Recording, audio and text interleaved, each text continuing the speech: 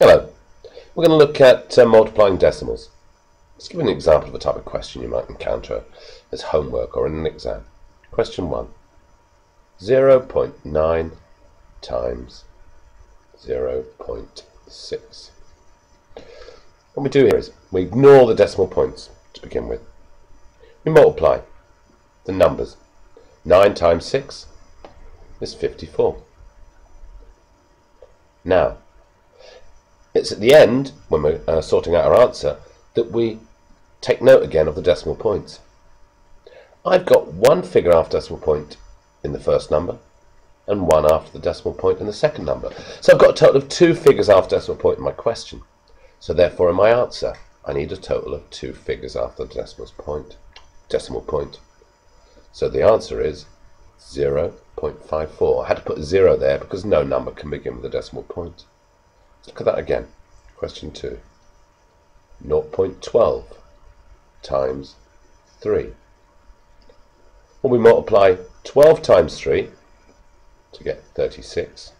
And then we look, how many figures in the question are after the decimal point? Well, there's 2 in the first number and none in the second. So there's a total of 2 figures after the decimal point in the question. So my answer needs 2 figures after the decimal point. So the decimal point goes here. So I've got 2 figures after the decimal point. And as I just said earlier, you can't begin a number with a decimal point, so we have to put 0 in front.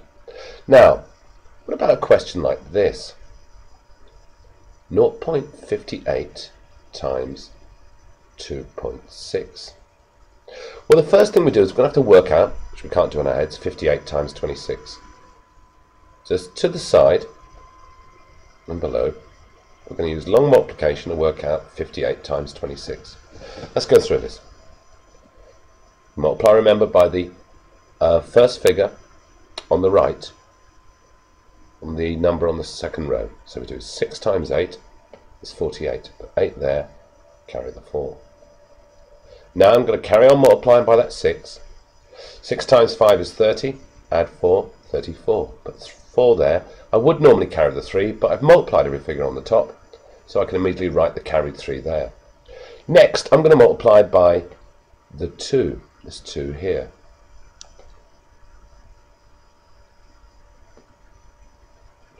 There it is now. Because the 2's in the tens column, before I do any multiplication, I immediately write a 0 in the second row. And then I do 2 times 8 is 16. Put 6 there, carry the 1. 2 times 5 is 10. Add 1, 11. Put 1 there. Whoops, we don't like writing in red. It's part of our answer. Not working, I mean. Now I would normally carry the 1, but as I've multiplied every figure on the top, I write the 1 in. Add them up. 4 add 6 is 10. 3 add 1 is 4. Add 1, 5. Nothing add 1 is 1. Now I write my answer. 1508. Now I go and examine the number of figures after the decimal point in the question. There was 2 after that number and 1 after that. So there was a total of 3 figures after the decimal point in the whole question. So my answer needs 3 figures. So my decimal point goes there. Right, now, in the homework coming up, they'll have questions like this written down. How do you work those out? Well, what we do is this. To the side, write 78 times 4. We ignore the decimal point. That only comes in at the end. 4 times 8 is 32. Put 2 there, the last figure, and carry the 3. 4 times 7 is 28. Add 3, 31. Put 1 there. Would normally carry the 3, but as we've multiplied every figure on the top, I can write it straightways there. So the answer is 312. And then I look at all the numbers involved in the question. In this question, I have only one figure after the decimal point, so my answer will only have one figure after decimal point, so it goes in there. So the answer is 31.2. Okay, I'm going to give you just 4 to practice. So get a pen and paper, write down these questions as I write them on the board.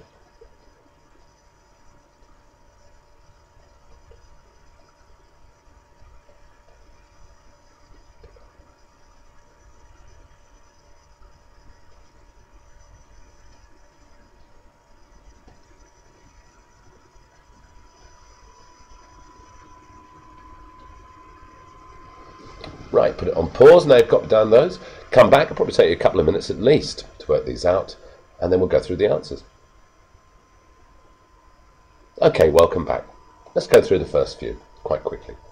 7 times 3. Whoops, I don't like that colour. Where's my replay button? Let's just get rid of that.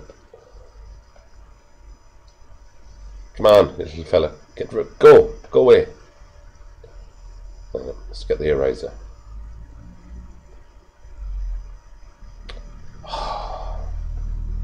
Right. If life wasn't so short, I'd re-record this. Right, 7 times 3 is 21. How many figures in the question are after the decimal point? 2. So my answer needs 2. So the answer is 0.21. You can't begin a number the decimal point, so it's 0.21. Question 6. 2 times 4 is 8. So I write the 8 now. Let's have a look. Once again, I've got 2 figures after the decimal point. My problem is I've only got 1 figure in my answer. So I have to add a 0. 0 is the only one we can add when we need to. That ways, I have 2 figures after the decimal point. And as I said, you can't begin a number with the decimal point. Well, why didn't I add the 0 after the 8? Now, you always add the zeros before the figures of which you don't have enough. Now, question 7. Let's have a look. So I'm going to do 17 times 46. Right, let's just... We're going to ignore that 4 for the moment. So we're going to do 6 times 7, 42. Put 2 there. Oops. Preference for blue. Carry the 4. Now I'm going to do 6 times 1. 6 times 1 is 6. Add the carried 4 is 10. Now, I'm going to multiply by the 4. So ignore it. But because the 4 is in the tens column, I start with a 0. Now I do. 4 times 7 is 28. 2 there. 8 there. Carry the 2. 4 times 1 is 4. And the carried 2 is 6. Add them up. 2 add 0 is 2. Nothing add 8 is 8. 1 add 6 is 7. So my answer is, let's just move this out of the way. My answer is 782. Let's look at the question. I had 2 figures after the decimal point. So my answer needs 2 figures. So it's 7.82. And finally, this question here, 19.2 times 0.6. So to the side I write 192 times 6. I ignore the decimal points. Watch what I do. 6 times 2 is 12. Put 2 there, carry the 1. 6 times 9 is 54. Add 1, 55. Put 5 there, carry the 5. 6 times 1 is 6. Add 5, 11.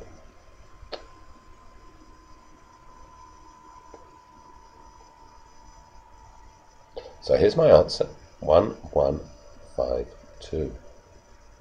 But where's the decimal point go? Well, let's look. The top number has 1 figure after decimal point, and the second number, the bottom one, has 1 figure after decimal point. So there's 2 in the whole question, so my answer needs to have 2 figures after the decimal point, counting from the right. So the answer is 11.52. If you got that and the others, give yourself a tick. Well done. Thank you for listening.